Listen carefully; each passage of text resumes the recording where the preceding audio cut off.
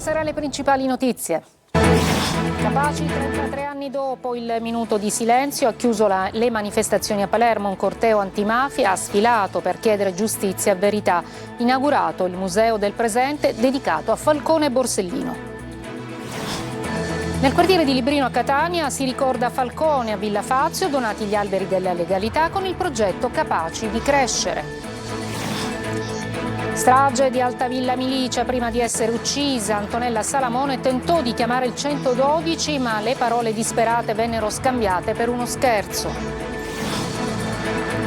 Siracusa, ancora droga e cellulari dietro le sbarre, 15 telefonini trovati nel carcere di Cavadonna durante una perquisizione straordinaria. A Palermo arrestate anche 2 guardie penitenziarie. Catania, la spiaggia Libera 1 della Playa di Catania non trasloca. A breve la pulizia del litorale. Basket, Trapani sbanca Reggio Emilia per 90-83, ottiene il pass per la semifinale scudetto, traguardo storico. Calcio, ultimo allenamento per il Catania, l'attenzione adesso si sposta alla prossima stagione. Situazioni societarie da definire per Trapani e Messina.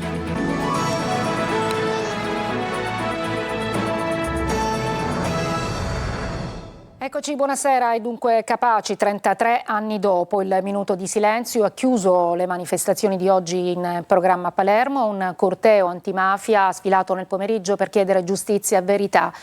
Di mattina l'arrivo della barca della legalità e l'apertura del Museo del Presente dedicato a Falcone e Borsellino. Marco Gullà.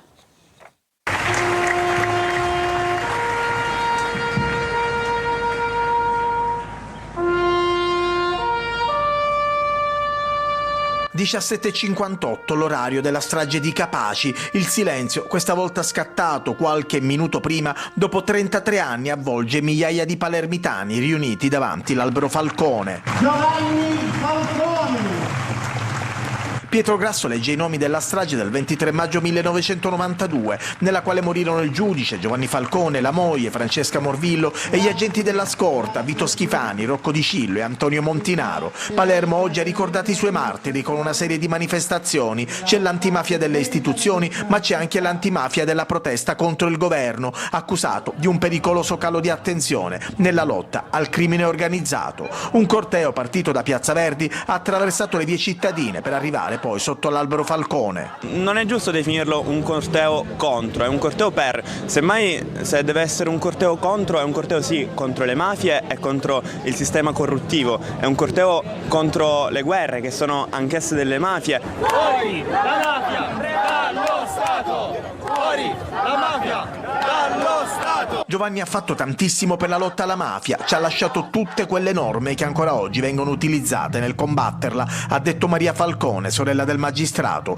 Una giornata iniziata con l'arrivo al molo trapezoidale della barca della legalità, Mare Nostrum, confiscata agli scafisti. Poi l'evento a Palazzo Jung con l'apertura del Museo del Presente, dedicato proprio a Giovanni Falcone e Paolo Borsellino. Oltre 3.000 studenti invece al tribunale per un'altra manifestazione, quella dell'Associazione Nazionale Magistrati. E infine le deposizioni di corone alla caserma Lungoro e a Capaci, sul luogo della strage.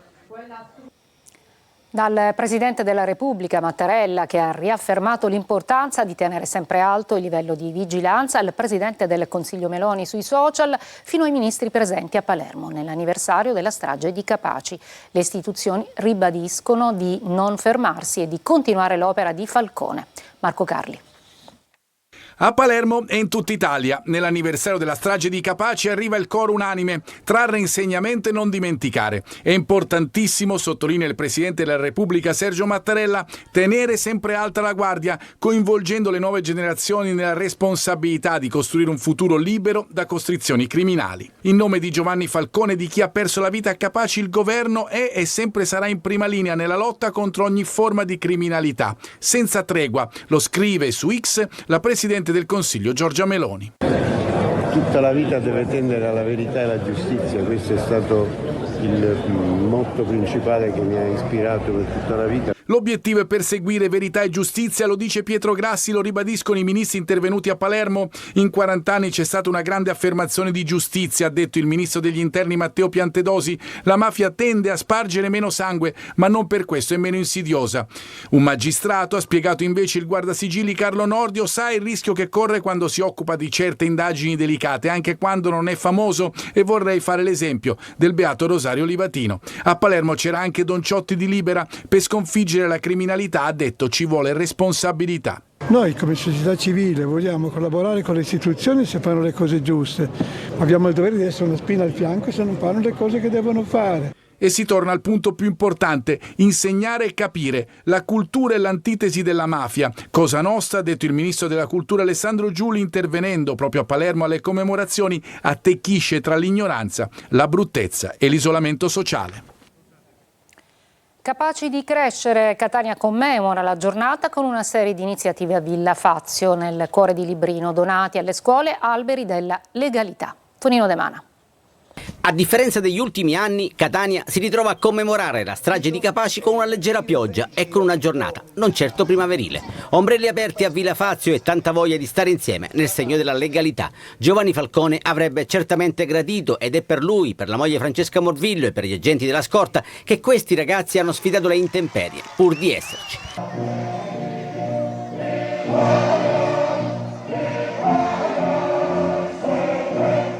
Inno nazionale in apertura, poi la consegna degli alberi della legalità alle scuole partecipanti, gesto simbolico perché agli alberi stessi ci si potrà aggrappare nei momenti di difficoltà.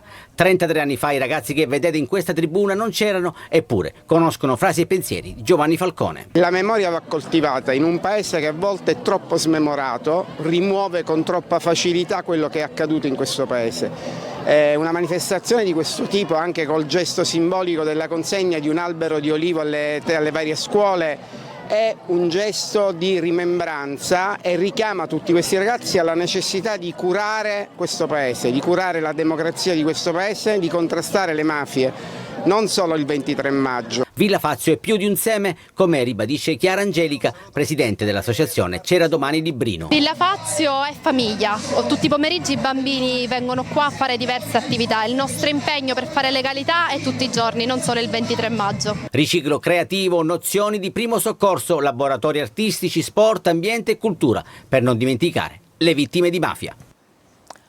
Strage di Altavilla Milicia, un altro capitolo. Prima di essere uccisa, Antonella tentò di chiamare il 112, ma le poche parole disperate vengono scambiate per uno scherzo.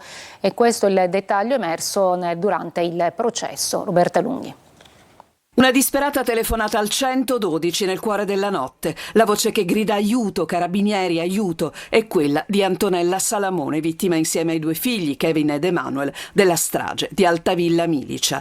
È la notte del 7 febbraio 2024, sono le 4, quando la donna riesce a sottrarre il cellulare al marito proprio durante le torture subite in casa, prima che questo le fosse sottratto da uno degli aguzzini. Una chiamata di pochi secondi, poi l'operatore in centrale quella notte richiama il numero senza ottenere risposta e per questo classifica tutto come uno scherzo. Il drammatico particolare emerge dalle dichiarazioni di un brigadiere incaricato di analizzare i tabulati telefonici nell'ultima udienza del processo davanti alla Corte di Assise di Palermo, che vede imputati Giovanni Barreca, padre e marito delle vittime, e la coppia di amici Massimo Carandente e Sabrina Fina. Un'udienza lunga e drammatica. Sono infatti stati visionati in aula i video condivisi in un gruppo WhatsApp che includeva gli accusati al processo e che documentano quanto accaduto nella villetta di Altavilla nei giorni dell'orrore. Ci sono gli interrogatori ad Antonella Salamone, ad Emanuel, a Kevin circa la presenza del demonio in quella casa. Chi ti ha mandato? Chiedono i tre aguzzini al piccolo di soli 5 anni. Il bambino, terrorizzato e molto sofferente per le torture inflitte, risponde: il diavolo. Dietro le sbarre, intanto, i tre imputati hanno ascoltato senza tradire emozioni. Anche nel carcere di Siracusa, a Cavadorna, trovati cellulari e droga durante le perquisizioni straordinarie, aggrediti anche alcuni agenti della polizia penitenziaria. Il segretario provinciale dell'OSAP dice sempre più detenuti e meno agenti, serve intervenire subito. Il servizio.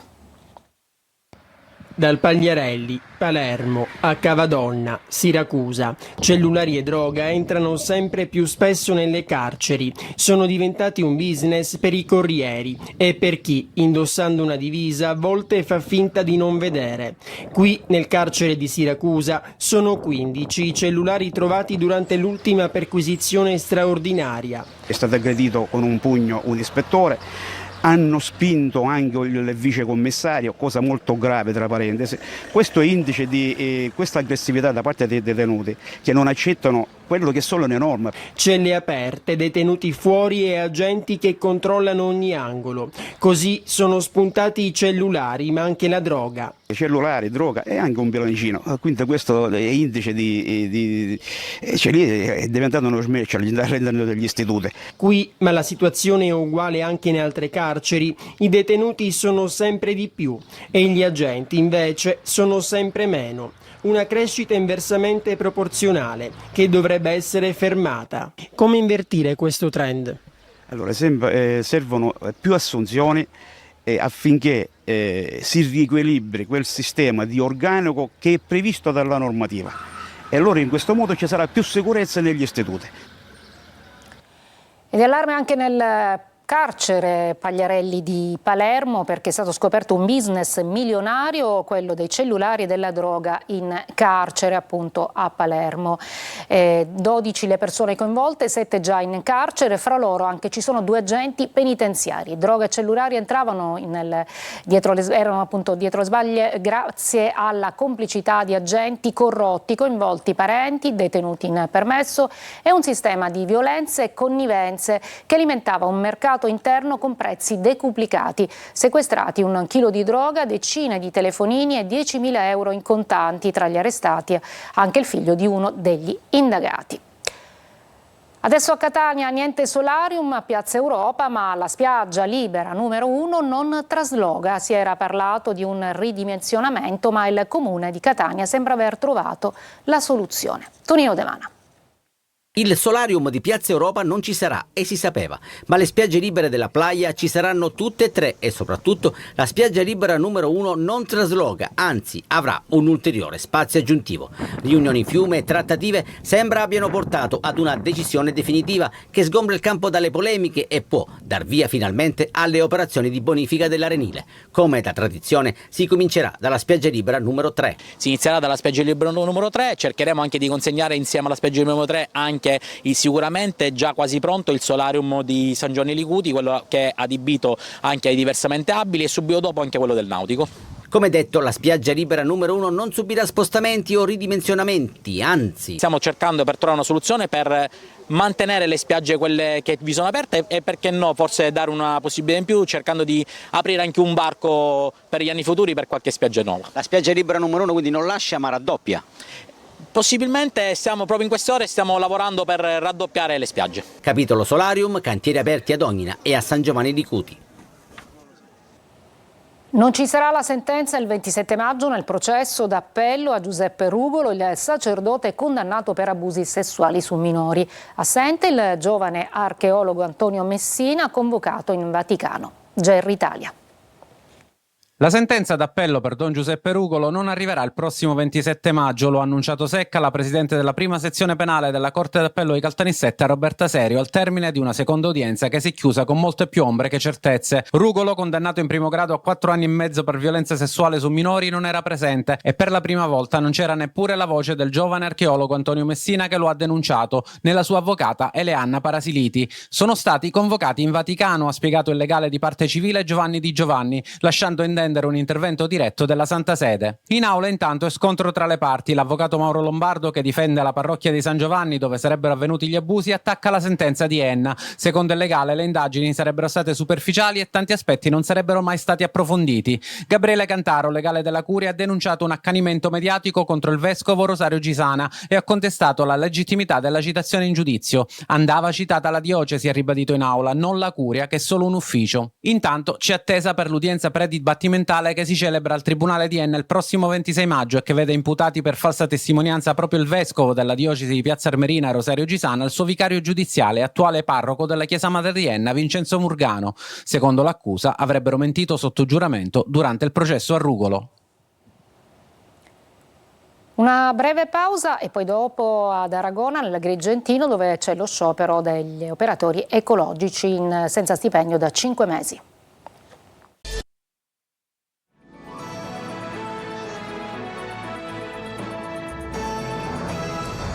Ad Aragona, siamo nell'Agrigentino, si fermano gli operatori ecologici da 5 mesi senza stipendio. Hanno proclamato lo sciopero e protestano davanti al municipio. Davide Sardo. Da quanti mesi non prendete lo stipendio? Noi 5 mesi, gennaio, febbraio, marzo, aprile e maggio, che finisce pure perché non pagano. E questo qua non si può sopportare più. È la denuncia amara di uno degli operatori ecologici in servizio ad Aragona, nell'Agrigentino, che insieme ai suoi colleghi ha deciso di incrociare le braccia e far sentire la propria voce davanti al municipio. Ce ne possiamo andare a rubare, non possiamo campare più. Poi è bello parlare chiaro da siciliano magari, va. È una cosa vergognosa. Quello che stiamo passando qua è una cosa proprio indescrivibile. Hanno sospeso la raccolta dei rifiuti e scelto di manifestare per chiedere ciò che spetta loro, 5 mensilità arretrate. L'avvertenza resta irrisolta. A incrociare le braccia sono gli operatori ecologici della SEA, l'azienda che gestisce il servizio ad Aragona. Questa situazione va avanti così e adesso diciamo basta, non si può continuare più, perché avete rovinato pure le famiglie, basta. La mano nella coscienza vi dovete passare. Non è una giustificazione dire che non ci sono i soldi, perché le altre cose si fanno, non è una giustificazione. Poi tra l'altro noi abbiamo la cosa, chi ci paga? Chi ci paga? Il comune, ci paga la ditta? Non sappiamo proprio a chi rivolgerci. Intanto cumuli di rifiuti cominciano ad accumularsi per le strade, mentre la tensione tra lavoratori e istituzioni cresce di giorno in giorno. Gli operatori dicono basta e chiedono rispetto e risposte concrete. 1200 metri quadri di rifiuti speciali andati in fiamme in un'azienda per lo smaltimento a Carini, in provincia di Palermo. I tecnici dell'ARPA hanno già effettuato una campionatura per valutare la qualità dell'aria e per escludere il rischio di diossina. Desiree Ferlito. Sono ancora in corso le operazioni dei Vigili del Fuoco per spegnere l'incendio divampato la scorsa notte nell'azienda di rifiuti speciali Pangea a Carini, in provincia di Palermo, e andranno avanti ancora per molte ore. 1200 metri quadri andati in fiamme, più di 10 mezzi dei vigili del fuoco impegnati, oltre 30 uomini coinvolti nelle operazioni di spegnimento, andate avanti senza sosta dalla notte scorsa. Il capannone è andato completamente distrutto. Le fiamme sono divampate attorno a Luna, ancora da accertare le cause. I tecnici dell'ARPA hanno già effettuato una campionatura per valutare la qualità dell'aria, per escludere il rischio di diossina per i non lontani centri abitati della zona. Una pausa e poi la pagina dello sport con il basket e il calcio.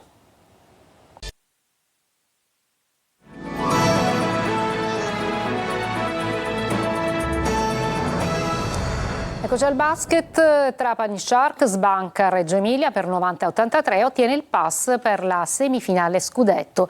Traguardo storico. Franco Cammarasana. Nel confronto con Reggio Emilia la Trapani Shark si aggiudica anche gara 3 ed è in semifinale nei playoff scudetto. Avvio stentato della squadra granata come nelle due vittoriose partite precedenti. Nella seconda frazione va sotto anche di 9 punti, rimane 5 minuti a guardare gli altri fare canestro, ma dopo il riposo lungo dà maggiore intensità alle sue giocate, ritmo che non viene retto da Reggio Emilia, che crolla la distanza. A fissare il punteggio finale sul 90-83 per i siciliani, una tripla di Longston Galloway, migliore in campo con 19 punti e autore di alcuni canestri spettacolari. In semifinale Trapani ha più probabilità di incontrare Brescia, ieri sera vittoriosa su Trieste, portandosi sul 2-1 nella serie delle 5 partite. Prima sfida che vale lo scudetto del campionato di A1 femminile domani per l'equipe Orizzonte di pallanuoto femminile contro la SIS Roma, una sfida che si ripropone ancora una volta e che anche negli anni scorsi ha visto spesso le due squadre l'una di fronte all'altra. Per il calcio, prima sfida, Alessio Dionisi vicino all'addio a dispetto del contratto pluriennale firmato il 7 giugno del 2024. Il suo procuratore starebbe definendo un exit strategy con la proprietà del Palermo, fallita la promozione in Serie A. Il destino del tecnico è segnato e la panchina rosanero sarà presto ufficialmente vuota. Prima sfida invece che vale lo scudetto, quello di oggi potrebbe essere stato l'ultimo allenamento stagionale per il Catania. L'attenzione adesso si sposta al mercato, situazioni societarie da definire per Trapani e Messina. Francesco Triolo.